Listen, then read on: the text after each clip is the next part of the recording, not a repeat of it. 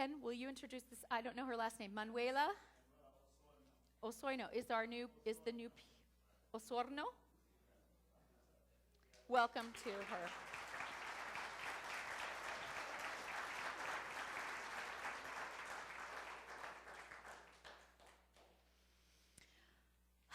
So, I'm taking on a small subject today.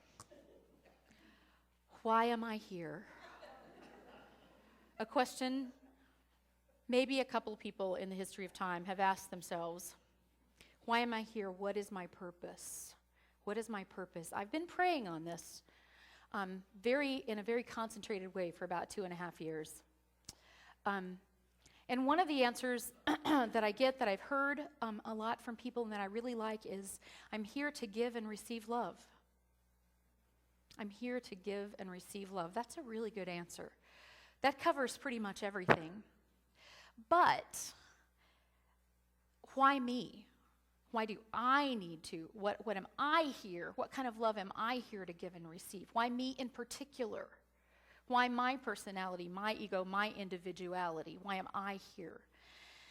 And I believe that it's not to get rid of my individuality or my personality or even my ego. Otherwise, why would God have given that to me? But it is to learn how to use those things, my personality, my individuality, to use them in service of spirit, which means in service of love, as far as I can tell. So divine purpose is what I'm talking about today, and we all have one. As a matter of fact, I think we all have many divine purposes. And I've really been engaged in trying to find out what mine is. And there's an overarching purpose, I believe, for all of us, that connecting our whole lives, our lives together as a whole, this sort of overlying arc that encompasses everything we do, that's our purpose.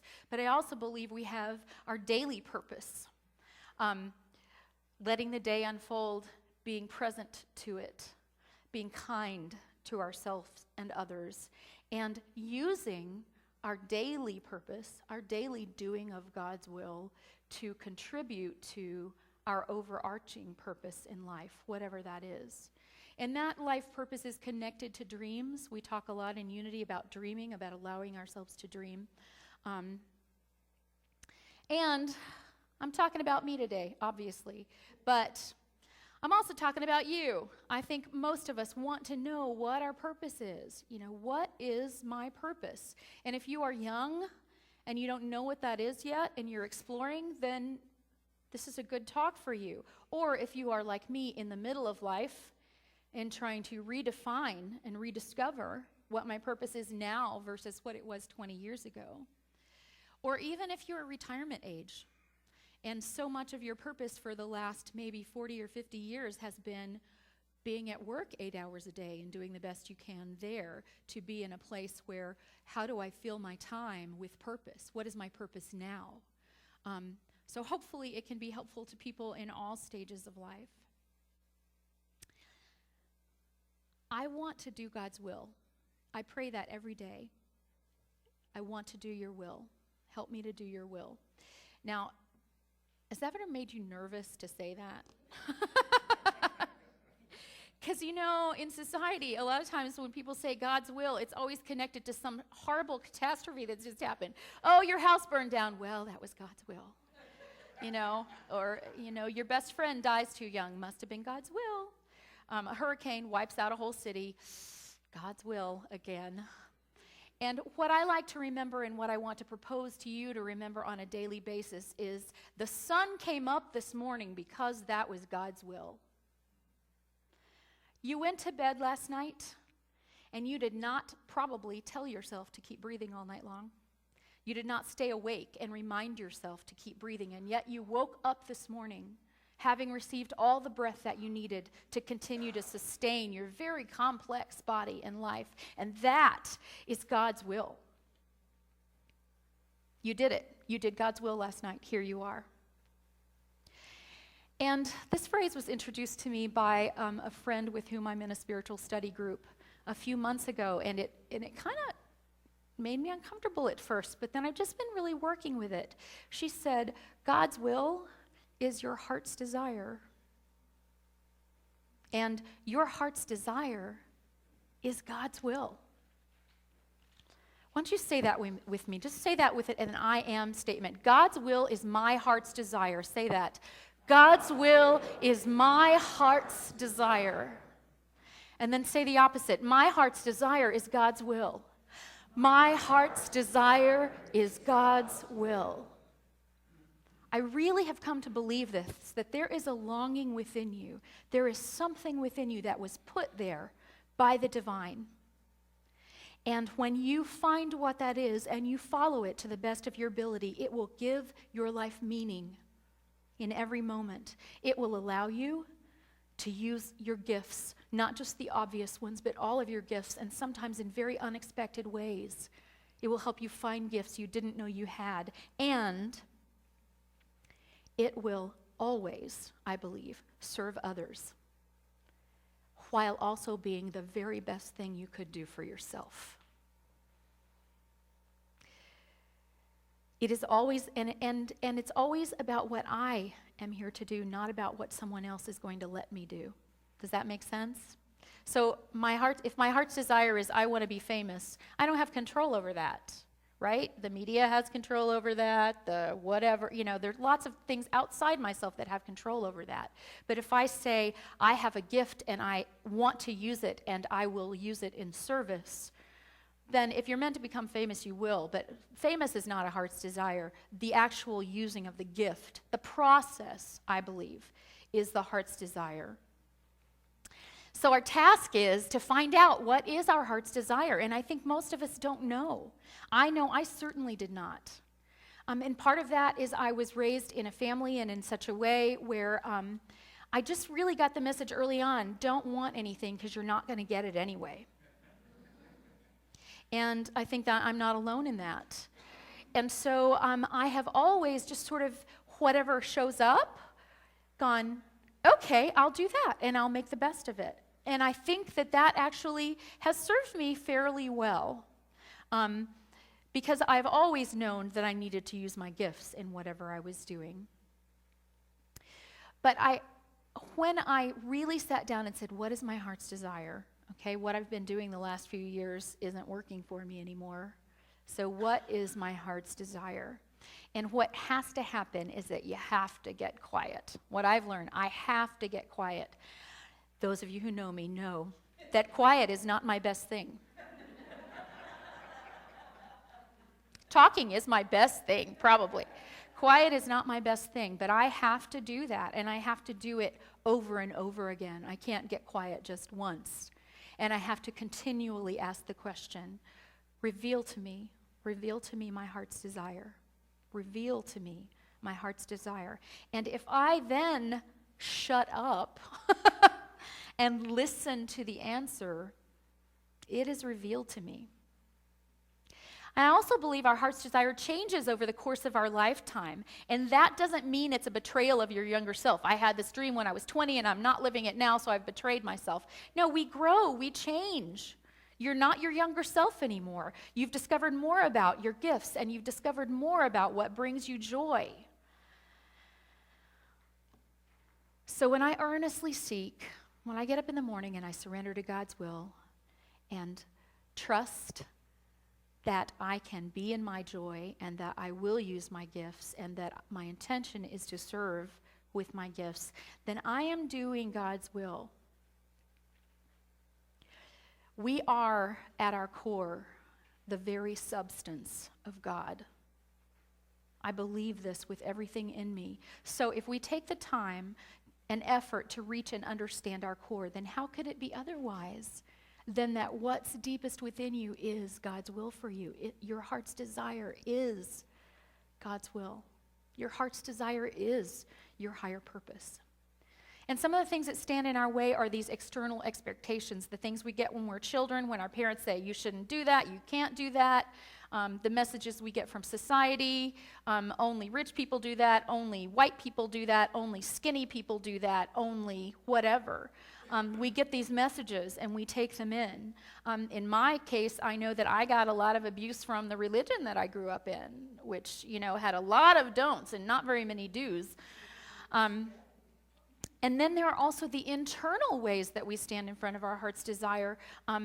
that we develop ourselves, which are our excuses, which sometimes stem from our accidents and our responsibilities, real or imagined. Well, I have a child, so I can't. I have a husband, so I can't do that. I'm too old to do that. I'm not educated enough to do that. Well, what I want to do has never really been done before, so I don't have any path to follow, so I don't really know how to do it. Those are all excuses that we can use, and they are detour signs sometimes that we follow. And here's the really, really coolest thing, I think, that I've come to believe as I've been really meditating on this for the last few months, that those detours are not necessarily leading us off the path. Sometimes they are the path, or they can be the path if we let them be. If we choose to let all of our experiences serve us, to serve our heart's desire. I don't know, how many of you have ever read the book, A Prayer for Owen Meany?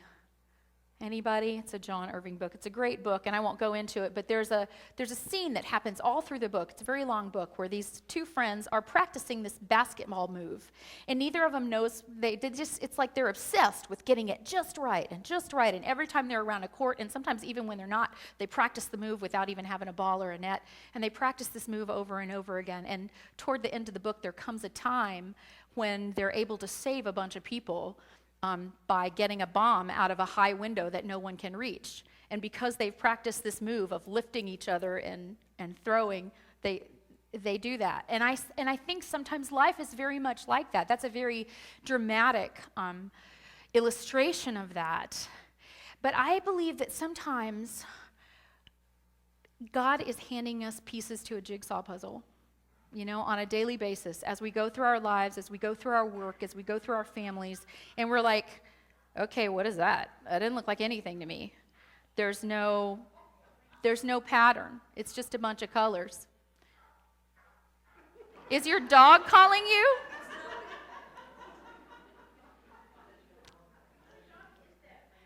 It's all right.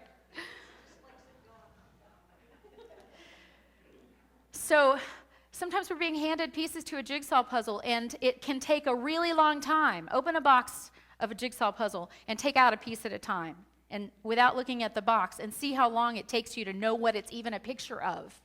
This is what I see our lives sometimes as. God's handing us pieces to a jigsaw puzzle, and sometimes we have to have a lot of them, and then suddenly they'll fall into place, and we'll see the picture. Oh, that's what that was. I didn't know why I had this little green piece over here. I never really wanted a green piece. I never thought of a green piece. Green was never what I was looking for, but I see how it fits. And now it makes a tree, or it makes the eyes of someone I love, or whatever. So I'm going to share with you just a little short example of my jigsaw puzzle. I was a singer. That's the one thing I knew my whole life. Before I talked, it was and still is, the most joyful thing I do. It fulfills me like nothing else. I would do it if I were on a desert island. I don't do it for you. I like to do it for you, and I'm glad that you enjoy it, but I don't do it for you. I do it because it is my most joyful thing to do. And I always knew that. And when I went to college, I had a full scholarship in music, and I was a performance major. And lots of people said, well, you should really be an education major so you have something to fall back on. And I said, I don't need anything to fall back on. I am a singer. And part of the way that I made my living in college was to become a church musician. And I did not purposely go to Unity. I was a church musician at an Episcopal church for a very long time. And I had to learn when to kneel and when to stand and when to sit, when to kneel and when to stand. And then I suddenly got offered this job to sub for someone at a Unity church. And I was like, okay, I can do that. And then it turned into a job that lasted 24 years. That was not my intention. That was not my dream. That is not anything I ever thought of. And then I became a mom. And when I became a mom, I needed to learn. I needed to use some more gifts other than my singing gifts. As a matter of fact, when my daughter was a child and I would sing to her, she would stop her ears and yell, "Ah!" I have a theory about that. I think it's because she knew I wasn't doing it for her, that I was doing it for me. She was like, it's about me here. So I had to become a nurturer, and that is one of my gifts. I had to become a janitor. I had to become a teacher, and I had to become a person who could consider the needs of my child as greater than my own, at least during the time that she was young. Later, I became a spouse. I'm skipping my first spouse because we don't need to talk about that. I became a spouse, and because my spouse asked me, and it seemed to be the best thing for our family, I joined his business, which was an environmental business, which is not something I ever wanted to do, believe me. And it seemed to me that I was heading pretty far off the path, but what I was doing was considering the needs of my family above the needs of me as an individual. And what I learned was how to be a boss, because he won't fire anybody, he makes me do it. And I had to learn to do that with kindness. I had to learn how to be a leader, not just a boss, but a true leader, which means a motivator, an encourager, a mediator, a trainer, a teacher. I had to learn how to consider the needs of all the people in the company above just my own. And sometime during that, shortly after that, I became not just the singer at a church, but a choir director at a church. And the skills that I needed there were motivator, nurturer, cheerleader, teacher, leader, by example.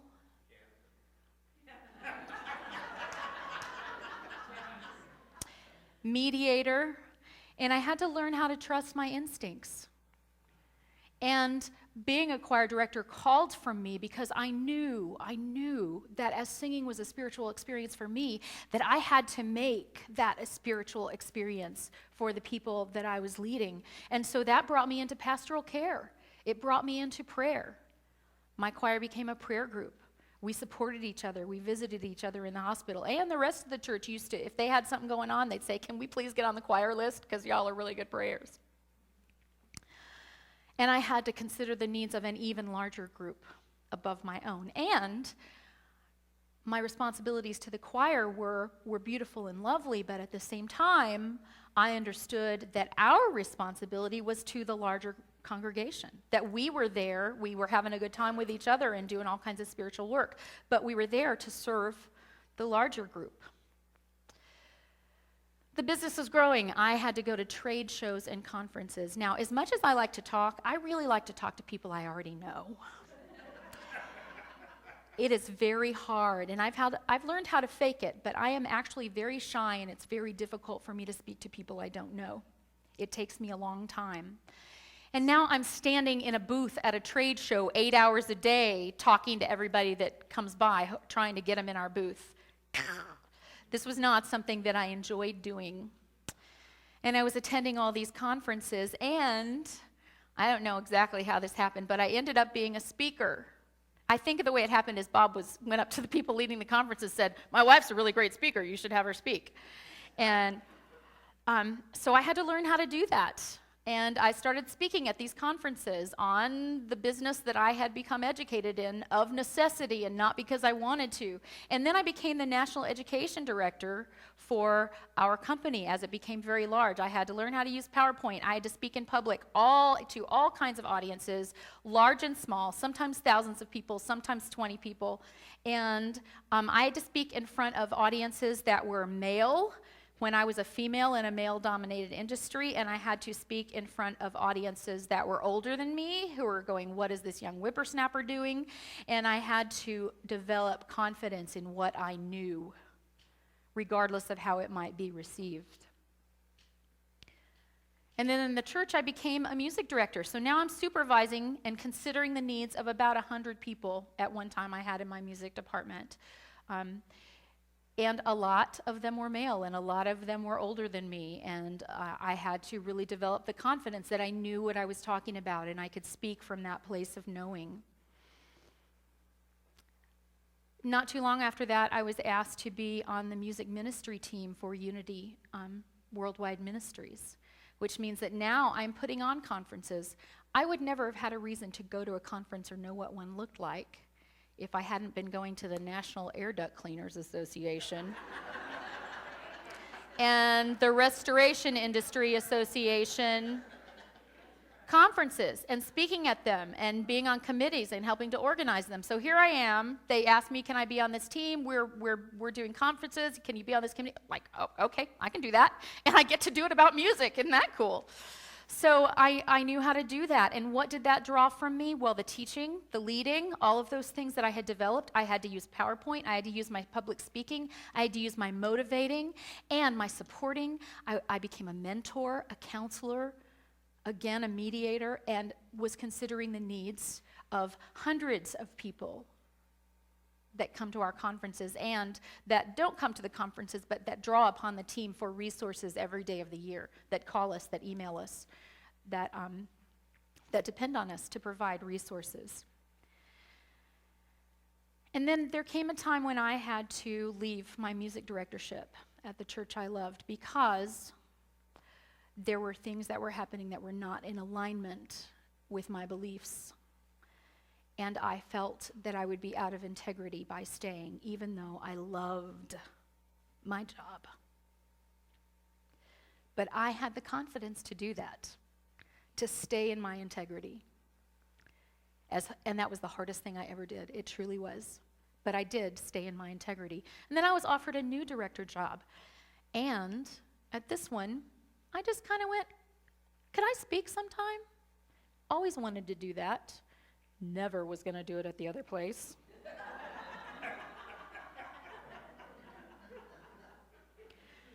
And through doing that, I realized I really have something to share. And, I had already been doing the pastoral care. I'd already been doing the prayer. And now I got to speak to people and realize that I had something to say that meant something to them. And that really helped me identify my heart's desire, which was ministry, which I'd been doing for years, but a different kind of ministry. A leader, by example, a teacher, a nurturer, a visionary, a speaker, a prayer, a mediator, a hirer and firer, a motivator, a mentor, a counselor, a janitor. So today, following my heart's desire, I'm releasing a job that doesn't feel like mine, rather than trying to fit into it. And I'm trusting that what is mine will come to me. And what I've learned is I don't have to fit your idea of what I should be. I get to decide what I want to be. And it's the scariest thing of all.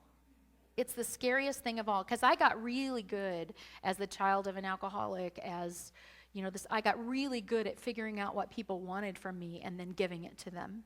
And so this is huge for me to say, thank you, but that's not exactly what I see for myself. And to stand up and say, I'm assuming that if I'm following my heart's desire and I'm asking to do God's will on a daily basis, then God will provide for me whatever it is that I need. I don't even know what that looks like yet. But I think I'll know when it gets here because I will be using my gifts. I will be serving others and myself. There always is a win-win.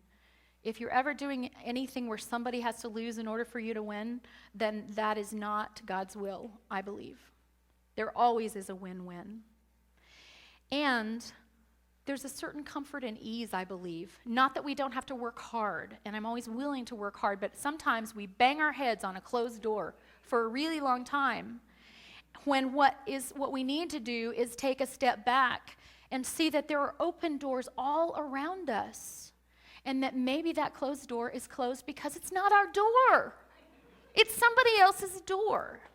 And that became my prayer in the last 6 months. A prayer partner of mine and I were talking about this because he was in a situation where he's looking at moving into a bigger job and, wanting to be allowed that opportunity. And my prayer with him was, if it's my job, I want it. If it's not my job, I don't want it.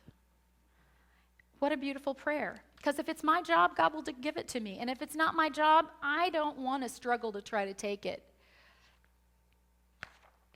So, if you want to follow your heart's desire, first you got to get still and know what you want. But you don't have to give in to other expectations or take the easy road.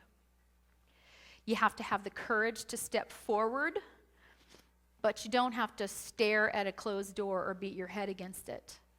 And you don't have to make your decisions based upon what seems the least scary.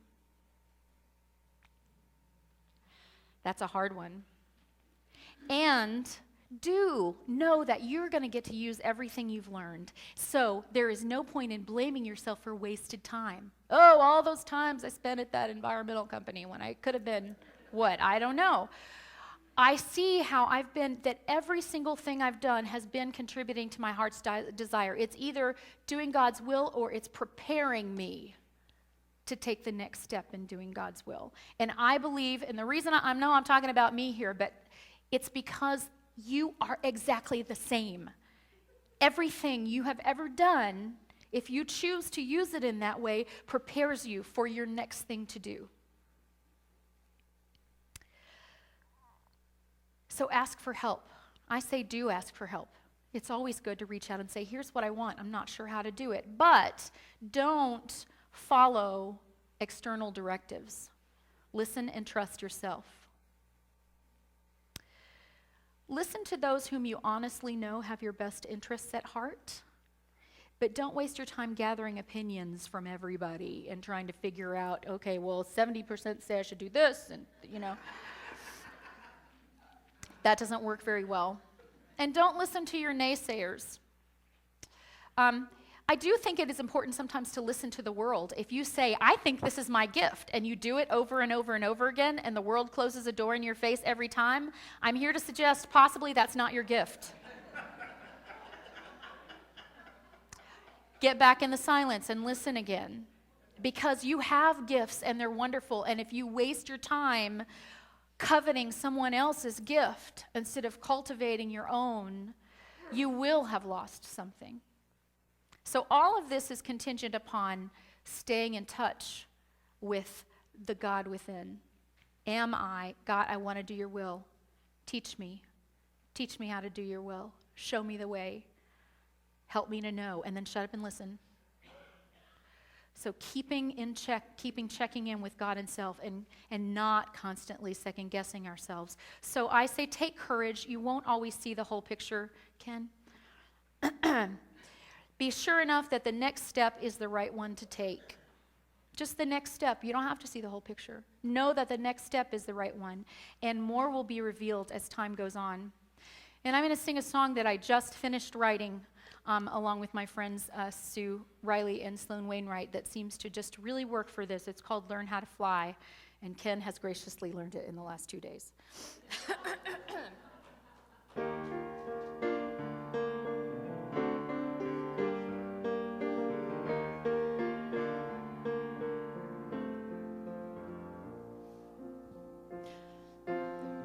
Standing at the edge of the life I know,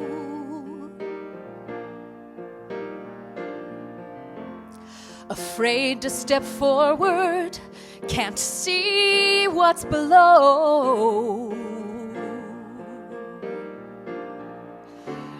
But I've come so far to the top of this hill. I don't want to go backward, and I refuse to stand still. But faith is knowing I've got to keep going when life isn't flowing, and I don't know why. I want to keep growing, can't just sit here and cry. Taking the leap, I'm gonna learn how to fly. I thought life was a lesson, like being in school.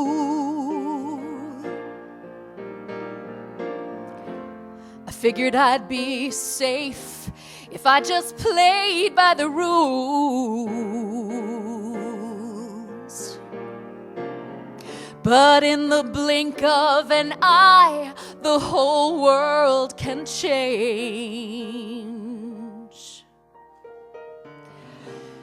Till nothing's familiar, no sure thing remains.